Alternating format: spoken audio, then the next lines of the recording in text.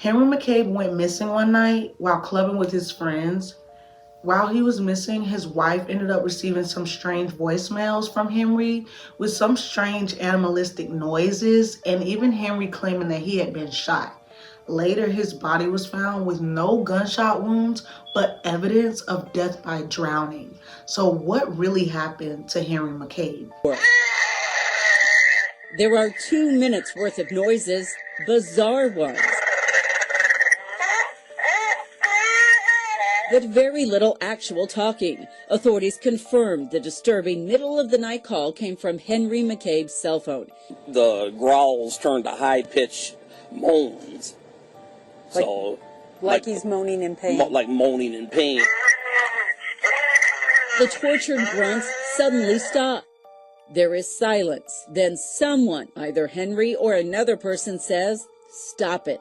On September 6th of 2015, Henry McCabe was having a good old night out with his friends at a local club in Mounds View, Minnesota. This is where he was living at the time. He had been hanging out with his good friend William Kennedy all day, and when they were done partying, William ended up dropping McCabe at a gas station that was kind of close to his house. Around 2:28 a.m., McCabe's wife, Corrine, ended up receiving some mysterious voicemail from her husband. They were about a minute long, a little over a minute long, and after those voicemails, no one has seen or heard from Henry McCabe ever since. So when Corrine woke up, she finds this voicemail on her phone on September 7th, and at this time she was away in California. While she was listening to the voicemail, though, Corrine called McCabe's brother, whose name is Tim Borber, so that they could discuss what could have been happening, because again, these voicemails were weird, and she just wanted to kind of get some insight from somebody that knew him and may have at least been closer to him, you know? Tim, who is McCabe's brother, he was disturbed by the voicemail immediately, and he actually ended up calling Mounds View police. He wasted no time. He just didn't know what else to do, so he wanted this to be an investigation as soon as possible. So, of course, the police ended up interviewing several of Henry's friends, because that was the last group of people that he was seen with. And none of them actually ended up having any clue to where he might have gone. Again, William Kennedy, who ended up dropping Henry at the gas station, handed in his keys and wallet to police, saying he had taken them from Henry so he couldn't drive drunk that night. So the police began a 3-month search and rescue operation for Henry, and oddly, both his phone and bank accounts remain untouched, from the time of his disappearance.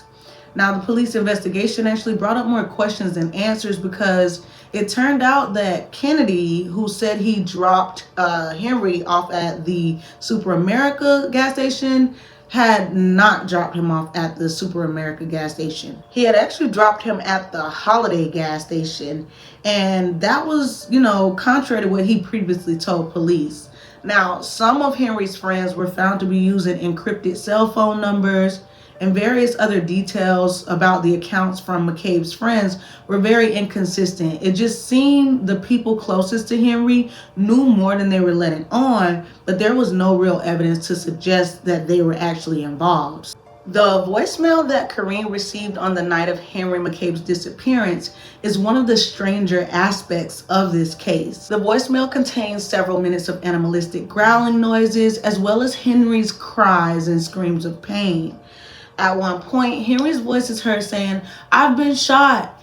At the end of the recording, there's a few seconds of silence before a man's voice can be heard saying, "Stop it." The full recording of the voicemail has been wiped from the internet, but some people did hear it before it was taken down, and they believe that the voice saying "stop it" sounded like a white man. Now, on the evening of November 2nd, 2015, police were notified of a body that had been discovered in Rush Lake in New Brighton.